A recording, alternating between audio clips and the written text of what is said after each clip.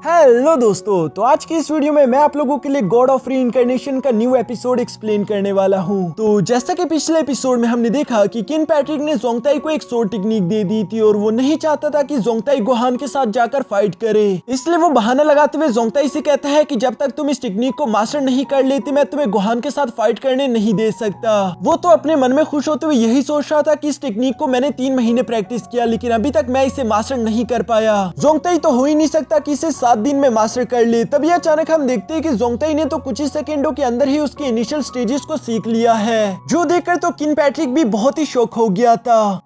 अब आगे तो नेक्स्ट एपिसोड के शुरू में हम देखते हैं जहां जोंगताई अपनी मैजिकल बॉल का इस्तेमाल करते हुए उसी टेक्निक को प्रैक्टिस करने की कोशिश कर रहा था। आधे दिन के प्रैक्टिस की वजह से हम देखते हैं कि जोंगताई ने उस सीक्रेट टेक्निक के फर्स्ट इंस्क्रिप्शन को अनलॉक कर दिया था, जो देखकर जोंगताई काफी ज्यादा खुश हो जाता है। वो खुश होते हुए अपने मन में कह रहा था कि इस मैजिकल बॉल की मदद से तो मैं इस टेक्निक को आसानी से सीख पाऊंगा और अगले 7 दिन में मैं इसके बाकी के 3 इंस्क्रिप्शन भी अनलॉक कर लूंगा, जिसके बाद तो गोहान का मेरे सामने वैसे भी टिकना नामुमकिन है। ये कहते हुए जोंगताई अभी इवल्स की तरह हंसी रहा था। तभी अचानक हम देखते हैं कि किनमोई यहाँ वेयर हाउस पर आ चुकी थी, जिस पर जोंगताई हैरान होते हुए किनमोई के पास आकर कहता है कि मेरी जान आखिर तुम यहाँ पर क्या कर रही हो, क्या तुम्हें मुझसे कोई काम था? जिस पर किनमोई कहती है कि नहीं, मैं यहाँ पर बस तुमसे यही कहने आई थी कि अब तुम्हें वेयर हाउस में रहने की कोई जरूरत नहीं। जोंगताई तो उसकी ये बात सुनकर ही खुश होते हुए उसके पास आकर कहता है कि क्या मेरी बीवी को मेरे लिए फिक्र हो रही है? मुझे लगा ही था कि तुम्हें जरूर ये सब बुरा लग रहा होगा, इसलिए तुम मुझे अपने साथ अपने रूम लेकर जाना चाहती हो। किनमोई उसकी ये बात सुनकर कहती है कि नहीं, ऐसी कोई बात नहीं, मैंने तुम्हारे लिए एक रूम तैयार करवा दिया है, तुम अपने ही अलग रूम में रहोगे।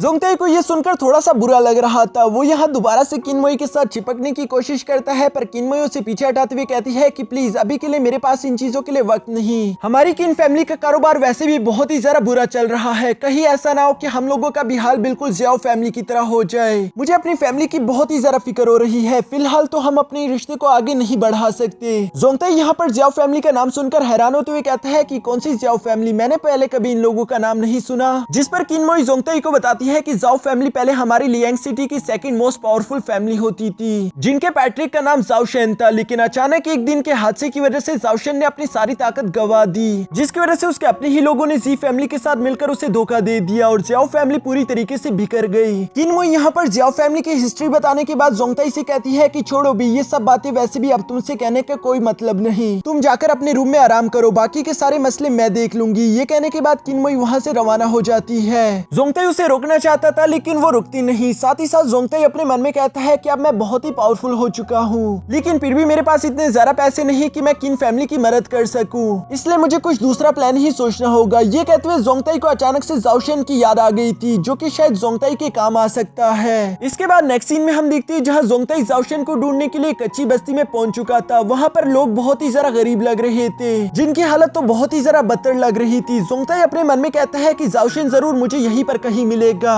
वो भी यहाँ पर ये कह ही रहा था, तभी अचानक वो सामने देखता है कि 3 लोग मिलकर एक आदमी को पीट रहे हैं। साथ ही यहाँ पर उन तीनों का लीडर उस आदमी को मारते हुए कह रहा था कि तुम्हें क्या लगता है कि तुम अभी भी जियाओ फैमिली के हेड हो? भूल जाओ जाओ शेन, अब तुम एक कचरे के अलावा ज्यादा कुछ भी नहीं। जोंगताई यहाँ पर इन लोगों की बातें सुनकर समझ गया था कि यही आदमी जाओ शेन है, इसलिए वो उसके पास आकर खड़ा होते हुए कहता है कि क्या हाल है जानी, लगता है कि तेरी हालत तो कुछ ज्यादा ही खराब है। जोंगताई यहाँ पर ये कहते हुए काफी कूल तरीके से खड़ा हो चुका था, जबकि वहाँ पर मौजूद वो गुंडे जोंगताई की बात सुनकर फौरन रुक गए थे। दूसरी तरफ जोंगताई अभी भी जाओ शेन से कहता है कि अगर तुम चाहो तो तुमने जो कुछ भी खोया है मैं तुम्हें वापस दिलवा सकता हूँ, अगर तुम बदला लेना चाहो तो मैं तुम्हारी मदद करूंगा। जोंगताई की ये बातें उस गैंग लीडर को अच्छी नहीं लगती, इसलिए वो जोंगताई की तरफ आते हुए कहता है कि चिकने, लगता है कि तेरा दिल जिंदगी से भर चुका है, तुझे मालूम नहीं कि हमारे कामों में टांग अड़ाने का अंजाम क्या होता है। लेकिन जोंगताई उन लोगों को कोई जवाब नहीं देता। पीछे की तरफ जाओ शेन भी यहाँ पर जोंगताई से कहता है कि तुम्हें क्या लगता है कि मैं सच में बदला लेना नहीं चाहता, लेकिन अब मेरा ये ख्वाब कभी पूरा नहीं हो सकता क्योंकि मेरे मेंडेरियंस टूट चुके हैं, अब तो कोई भी मेरी मदद नहीं कर सकता। जोंगताई उसकी ये बात सुनकर आगे की तरफ आते हुए कहता है कि हाँ, मैं ये बात जानता हूँ कि कोई भी तुम्हारी मदद नहीं कर सकता, लेकिन मैं कोई नहीं हूँ, मैं तुम्हारी मदद कर सकता हूँ। ये सुनकर तो जाओ शेन को एक बड़ा झटका लगता है, जबकि दूसरी तरफ हम जोंगताई को देखते हैं जो कि अपनी यिंग यांग मेडिकल टेक्निक का इस्तेमाल करते हुए यहाँ जाओ शेन की मेडिकल ट्रीटमेंट शुरू कर देता है, जिसमें जोंगताई लगातार अपनी नीडल्स का इस्तेमाल करते हुए जाओशन के मेंडेरियंस को अनब्लॉक कर रहा था।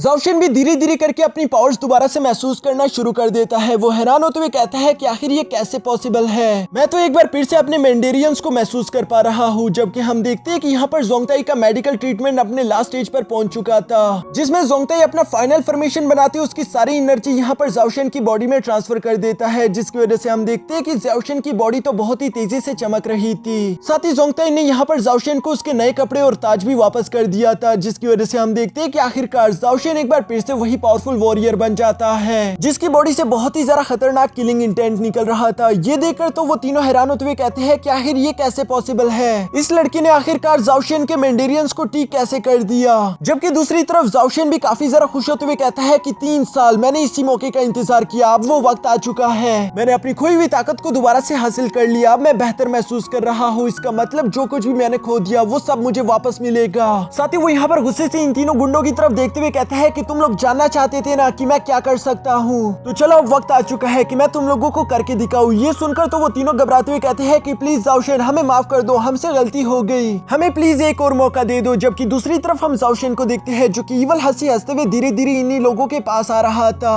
जहां वो थोड़ा सा भी रहम ना दिखाते हुए फौरन अपनी एनर्जी एक्टिवेट करके इन लोगों पर एक पावरफुल अटैक कर देता है, जिस ब्लास्ट के साथ हम देखते हैं कि वो तीनों जान से मारे गए। ऐसा करने की वजह से जाओशन काफी ज्यादा खुश था। वो इवल्स की तरह हंसते हुए कहता है कि जाओशन वापस आ गया। ये कहते हुए उसकी बॉडी से बहुत ही ज्यादा एनर्जी वेव्स निकल रही थी, जबकि साथ ही खड़ा जोंगताई कहता है कि चलो भी बहुत हो गया फ्लेक्स करना। जाओशन यहाँ पर जोंगताई की ये बात सुनकर कहता है कि तुमने मुझे हील कर दिया, अब तुम्हें क्या लगता है कि तुम मुझे कंट्रोल भी करोगे? तुम्हें मालूम होना चाहिए कि तुम्हारा रैंक मुझसे लो है, इसलिए मैं तुम्हारी जान ले सकता हूँ और अभी मैं वही करने जाऊंगा। ये कहते हुए जाओशन ने यहाँ पर एक बार फिर से अपनी पावर्स को एक्टिवेट कर लिया था, जो देखकर अब जोंगताई को भी गुस्सा आ जाता है। वो मुस्कुराते हुए कहता है कि पता नहीं तुमने मुझे क्या समझ लिया, लगता है तुम्हें दिखाना ही होगा। ये कहते साथ ही जोंगताई यहाँ पर अपने सोर्ड इंटेंट को एक्टिवेट कर लेता है। ये देखकर जाओशन हैरान होते हुए कहता है कि आखिर तुम इतनी छोटी उम्र में सोर्ड इंटेंट कैसे एक्टिवेट कर सकते हो, ये तो बिल्कुल इम्पॉसिबल है। जोंगताई उसकी ये बात सुनकर कहता है कि तुम्हारे मेंडेरियंस भी तो टूट चुके थे, उन्हें भी तो हील करना पूरी तरीके से इम्पॉसिबल था, लेकिन मैंने कर दिखाया ना, इसलिए जब तक तुम मेरे साथ हो इम्पॉसिबल चीजें देखने की आदत डाल लो।